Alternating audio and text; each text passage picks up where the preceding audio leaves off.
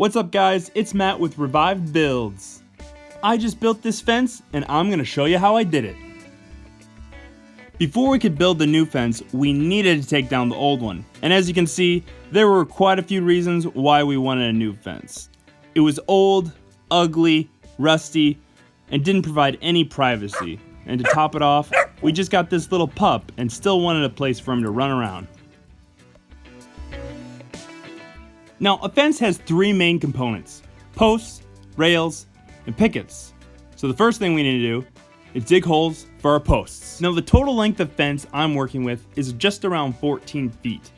So I'm gonna use 3 posts, 2 on the ends and 1 in the middle. Now, I didn't wanna dig holes right next to my house or the existing fence. So I chose to inset the posts on each side just around a foot. This will mean the rails will need to extend slightly past the posts to make up for the distance. I ended up digging these posts with a spade shovel and a post hole digger.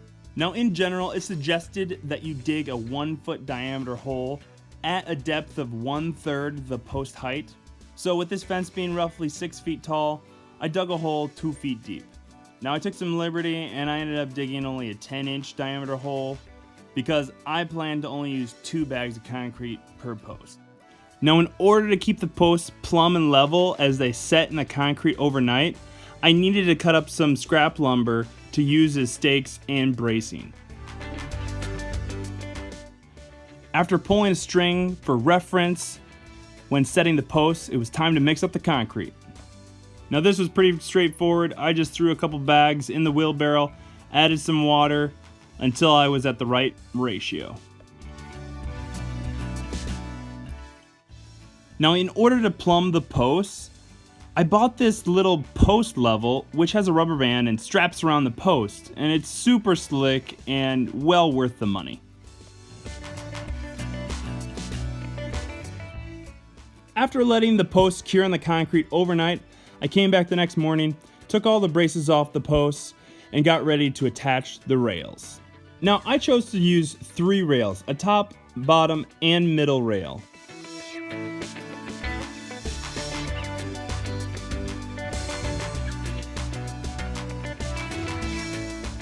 Now, I attached the rails to the posts with 3.5-inch wood screws, using 2 screws at the middle post and then 4 screws at the end posts. Now, attaching the rails to the post was pretty simple.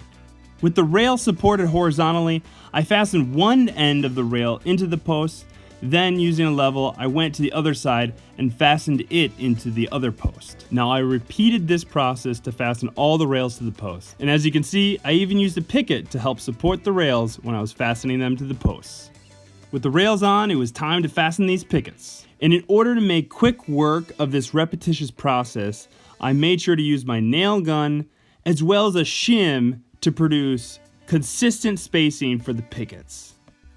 When attaching the pickets, I only shot 1 nail at the top and 1 at the bottom until I had all the pickets set. Then I could come back and shoot the rest of the nails in, and this allowed for quick work. Alright, the last thing we needed to do was to trim these posts to size, and then this project was in the books. Well, there you have it. That's how I built this wooden privacy fence. Hey guys, thanks for watching. If you thought this video was helpful, give it a thumbs up. And if you want to see more videos like this, make sure to subscribe. See you next time.